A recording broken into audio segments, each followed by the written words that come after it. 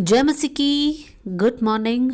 आज सुबह प्रभु का वचन हमारे लिए यिर्मयाह का किताब अध्याय 12 आयत 5, यिर्मयाह चैप्टर 12 वर्स 5। उसके पहले 2 लाइन को मैं पढ़ना चाहती हूँ। तू जो प्यादों ही के संग दौड़कर थक गया है, तो घोड़ों के संग कैसे बराबरी कर सकेगा। यहाँ पर परमेश्वर यिर्मयाह से एक सवाल पूछता है और सवाल ये है, पैदल चलने वालों के साथ अगर तुम थक गए हो तो घोड़ों के साथ कैसे बराबरी कर पाओगे। परमेश्वर ने यिर्मयाह से ये सवाल इसलिए पूछा क्योंकि यिर्मयाह के जीवन में यिर्मयाह थोड़ा निराश है।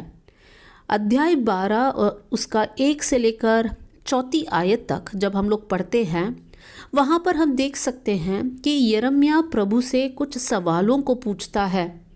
जैसे यिर्मयाह पूछ रहा है कि प्रभु, दुष्टों की चाल क्यों सफल होती है, विश्वासघाती लोग इतने सुख में क्यों रहते हैं, वो लोग बढ़ रहे हैं, वो लोग फल फूल रहे हैं, और हे प्रभु तू ये सारी बातों को जानता है।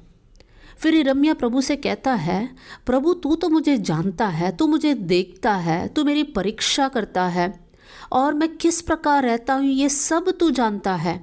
लेकिन कब तक ये देश विलाप करता रहेगा, कब तक हम लोग ऐसे दुख में रहते रहेंगे। इस प्रकार का एक सवाल यिर्मयाह प्रभु से पूछता है। इसका मतलब यिर्मयाह दुखी है, यिर्मयाह अपने जीवन में थक गया है और वो प्रभु के सामने अपनी दिल की बातों को उंडेल रहा है। और उस समय पर परमेश्वर ये सवाल यिर्मयाह से पूछता है। और एक और बार वो सवाल मैं पढ़ना चाहती हूँ। परमेश्वर यिर्मयाह से पूछता है, तू जो प्यादों ही के संग दौड़कर थक गया है, तो घोड़ों के संग कैसे बराबरी कर सकेगा। मतलब परमेश्वर यिर्मयाह से पूछ रहा है, तो ये सारी हालत को देखकर अगर थक जाएगा, निराश हो जाएगा, तो एक लंबी दौड़ को कैसे दौड़ पाओगे, और वो भी घोड़ों के संग। मेरे प्रिय भाई बहनों, हमारे आत्मिक जीवन में भी बहुत से वक्त हम थक जाते हैं। हो सकता है कि आप इसलिए थक गए हैं क्योंकि काफ़ी समय से आप प्रार्थना कर रहे हैं लेकिन जवाब नहीं मिल रहा, या फिर आप अपने जीवन में बहुत मेहनत कर रहे हैं लेकिन उसका प्रतिफल आप देख नहीं पा रहे हैं, या फिर किसी बात पर आपने बहुत उम्मीद रखा है लेकिन वो उम्मीद आपके आंखों के सामने टूट गई और आपको अब आपके जीवन में कोई आशा दिखाई नहीं दे रहा है। आप निराश है, आप हताश हो गए हैं। अब आपके मन से विचार आता होगा, बस अब मैं बहुत जी लिया, अब मैं थक चुका हूँ, इससे अच्छा है कि मैं मर जाता। बाइबल में से एक उदाहरण को आपके सामने रखना चाहती हूँ। पहला राजाओं की किताब अध्याय 19 में हम लोग एलिय्याह के बारे में पढ़ सकते हैं। एलिय्याह प्रभु का एक दास है, वो एक भविष्यवक्ता है, लेकिन हालातों के कारण एलिय्याह बहुत निराश हो गया है। इज़बेल जो उस समय की रानी थी, एलिय्याह को धमकियाँ दी और एलिय्याह ने यह धमकी सुनकर बहुत डर कर, निराश होकर वो जाकर एक जौ के पेड़ के नीचे बैठता है और वो प्रभु से प्रार्थना करता है कि प्रभु अब आप मेरे प्राण को ले लेना। और ऐसे बोलकर वो वहाँ पर लेटकर सो जाता है। एलिय्याह के जीवन से हम देख सकते हैं कि एलिय्याह प्रभु का दास है, भविष्यवाणी करता है, लेकिन अब जीवन में निराश है, वो थक चुका है। मतलब प्यादों ही के संग दौड़कर वो थक गया है, लेकिन प्रभु एलिय्याह के द्वारा और भी बड़े कामों को करना चाहता है। प्रभु अपने दूत को एलिय्याह के पास भेजता है। दूत एलिय्याह के सामने खाना रखता है, एलिय्याह को बुलाता है और कहता है, इसे खा लो क्योंकि तुम्हारे सामने एक लंबी यात्रा है। और एलिय्याह उस भोजन के बाद 40 दिन का यात्रा शुरू करता है। एलिय्याह को लगा अब मैं थक गया, मुझे मरना चाहिए, लेकिन प्रभु चाहता है कि एलिय्याह के द्वारा मैं बड़े कामों को करूं।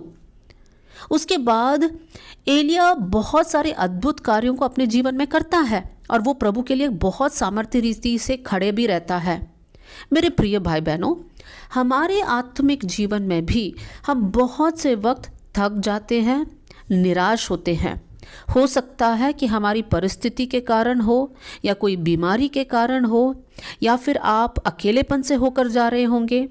किसी ने आपको बहुत बुरी रीति से धोखा दिया होगा, या आपके परिवार में बहुत संघर्ष होगा, या फिर आपके बिजनेस सक्सेस नहीं हो रहा होगा, आपके बच्चे सही से पढ़ नहीं रहे होंगे।